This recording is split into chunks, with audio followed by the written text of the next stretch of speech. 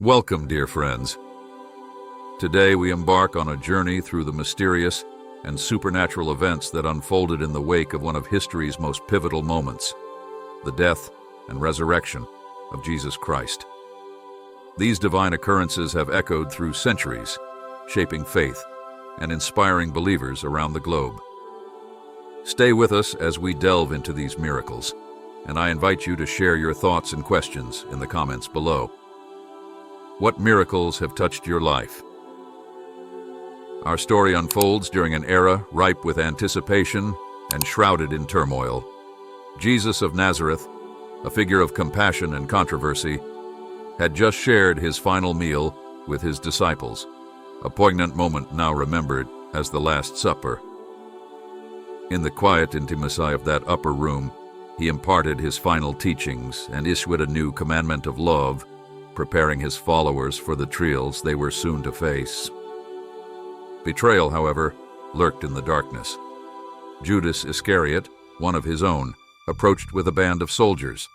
With a kiss, he delivered Jesus into the hands of his adversaries. This act of treachery set into motion a series of events marked by hurried judgments, false testimonies, and a public that oscillated between reverence and scorn. Brought before Pontius Pilate, Jesus faced accusations that stirred the political and religious anxieties of Jerusalem.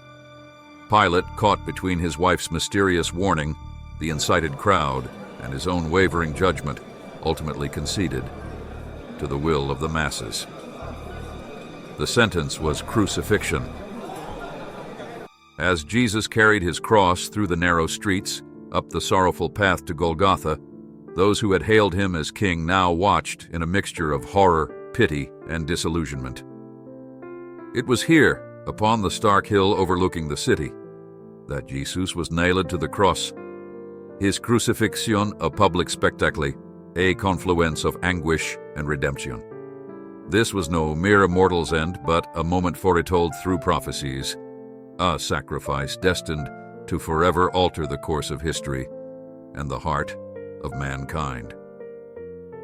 As Jesus breathed his last upon the rugged cross, his final words echoed in the solemn silence, culminating in a declaration that it is finished. At that very instant, the earth itself bore witness to the gravity of this moment. The ground trembled and shook as if nature itself mourned, and the skies darkened, casting a shadow over the land, mirroring the sorrow of those who watched and wept. Amidst these cosmic upheavals, a remarkable event occurred within the sanctum of the Jerusalem temple. The veil, a thick and ornate curtain that safeguarded the Holy of Holies, was torn from top to bottom. This was no ordinary fabric. It was a symbol of separation between God and humanity, a barrier that only the high priest could cross once a year, and then only with blood for atonement. But at the moment of Jesus' death, this barrier was split asunder, signifying something profound and transformative. The Holy of Holies, the sacred space believed to be the earthly dwelling place of God's presence, was exposed for all to see. This tearing of the veil, as recounted in the Gospel of Matthew chapter 27, verses 50-51, was not just a physical act, but a symbolic one, heralding the end of the old covenant bound by law and sacrifice. This event marked the dawn of a new covenant, one characterized by grace and the promise of direct access to the divine for all who would come through faith in Jesus. It underscored the message that no longer would humanity require intermediaries of stone or curtain. The path to God was now open, a direct line to the divine made possible by the ultimate sacrifice on the cross. This profound transformation invites believers to step into a new era of faith and fellowship with God, unencumbered by the rituals and restrictions that once defined spiritual access. It is a call to embrace the grace that flows freely from the cross, where Jesus' death becomes the bridge that reconciles the divine with the earthly, the holy with the profane. At the very moment of Jesus' passing, the earth itself reacted with a violent shudder as though it could no longer bear the weight of the event that had just unfolded. The ground shook with a ferocity that echoed the turmoil in the heavens, and the tombs of the dead, carved into the rocky hills surrounding Jerusalem, cracked open. These stones, meant to seal the departed from the world of the living, were split asunder, unable to contain the burgeoning life within them.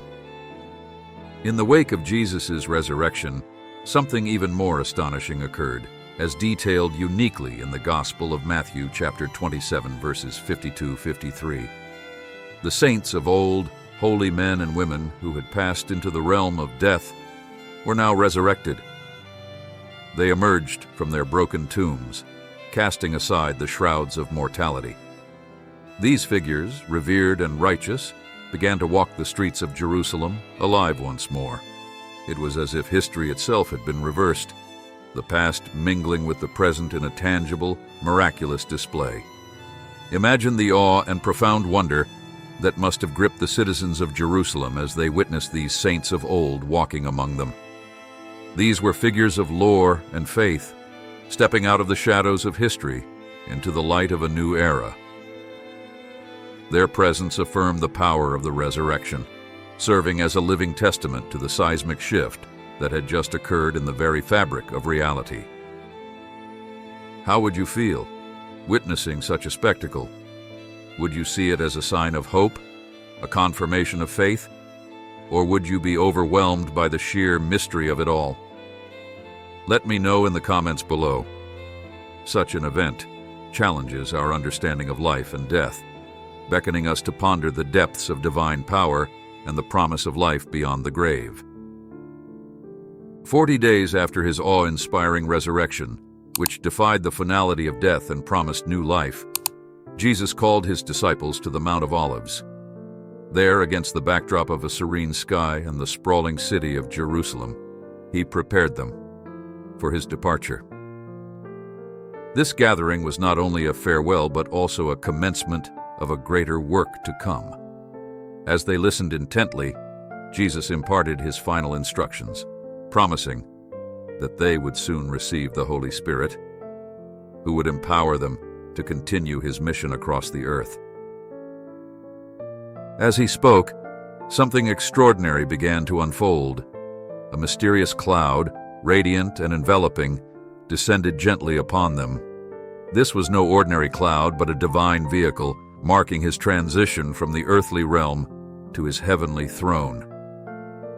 The cloud cloaked him from their sight, and as the disciples watched transfixed, Jesus was lifted upwards, ascending into the heavens. This moment, recorded in the Acts of the Apostles, chapter 1, verses 9-11, was a profound testament to his glorified nature and divine authority. The ascension of Jesus into heaven was a pivotal event for his followers. It signified not the conclusion of his earthly ministry, but the beginning of a new phase of divine interaction. Jesus' ascent promised that he would reign eternally, advocating on behalf of humanity, and that he would continue to guide and support his followers through the presence of the Holy Spirit. It reassured the disciples that although he was physically leaving, his spiritual presence and guidance would remain with them always. This event left the disciples in a state of awe and wonder, yet filled with hope. They returned to Jerusalem with great joy, and they were continually in the temple, blessing God. The ascension was a turning point, ushering in a period of waiting for the promised Holy Spirit, who would equip them with divine power to spread the gospel to the ends of the earth. The ascension underscored the fact that Jesus' mission on earth had shifted to a universal scope, encompassing all of humanity for all time. Saul of Tarsus was known for his zealous persecution of Christians, a man feared by the early followers of Jesus for his fervor in upholding Jewish law and traditions. His journey to Damascus was motivated by a mission to arrest any followers of the Way and bring them bound to Jerusalem. However, as he neared Damascus, an event occurred that would not only halt his journey, but also alter the course of his life and the future of Christianity. A brilliant, blinding light from heaven suddenly surrounded him. overwhelming all his senses. As he fell to the ground, struck blind by the intensity of the light, Saul heard a voice that pierced the silence of his confusion. "Saul, Saul, why do you persecute me?" the voice asked. It was Jesus speaking directly to him. This divine confrontation was a stark turning point for Saul, as recorded in Acts chapter 9, verses 3-6. Jesus' question pointed to a profound truth. In persecuting Jesus' followers, Saul was persecuting Jesus himself. The voice instructed him to continue into Damascus, where he would be told what he must do. Blind and disoriented, Saul was led by the hand into the city, dependent on those he might have once scorned. This moment of divine intervention marked the beginning of Saul's transformation into Paul, a staunch apostle of Christ. In Damascus, after 3 days of blindness and fasting, a Christian named Ananias, following God's instruction, healed Saul's sight and baptized him. Renewed in spirit and purpose, Saul began to preach fervently about Jesus as the Son of God, astonishing those who knew his former self. This dramatic conversion not only changed Saul, but also significantly impacted the spread of Christianity. As he later traveled extensively to preach the gospel, penned epistles that form a substantial part of the New Testament, and established churches across the Roman Empire. Tell me, dear listeners, have you ever experienced a moment of such profound change? Share your experience in the comments below. 50 days after Jesus' resurrection, a significant event transformed the lives of his followers and marked a pivotal moment in Christian history. The disciples, along with other devout believers, had gathered in Jerusalem to celebrate the Feast of Weeks, a Jewish harvest festival. As they congregated, something extraordinary happened that would signify the fulfillment of Jesus' promise to send the Holy Spirit. Suddenly, a sound as powerful as a mighty rushing wind filled the entire house where they were sitting. This was no ordinary wind. It was a divine sign, heralding the arrival of something miraculous. As the sound enveloped them, what appeared to be tongues of fire descended and rested on each person present.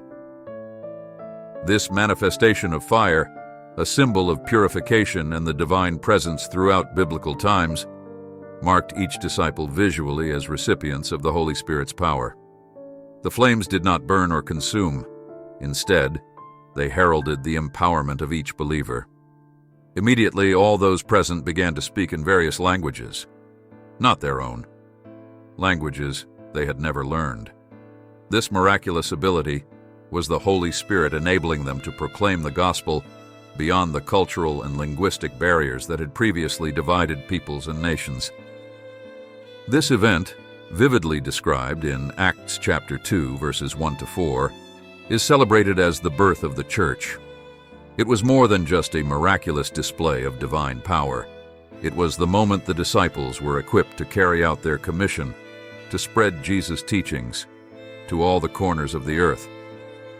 The diverse crowd gathered in Jerusalem for the festival was astonished to hear these Galileans speaking the listeners' native languages, declaring the wonders of God. This not only validated the universal message of the gospel, but also foreshadowed the inclusive nature of the Christian faith, embracing all cultures and peoples. The day of Pentecost thus stands as a cornerstone of Christian faith, symbolizing the transition from a primarily Jewish movement to a global community of believers united by the Spirit. As we conclude today's journey through these divine mysteries, I hope you feel inspired and uplifted. If you found this video enlightening, please consider visiting our channel to explore more. Share this video with friends, and don't forget to like, share, and subscribe to support our mission of spreading faith and understanding. May your path be blessed with light and truth. Farewell and God bless.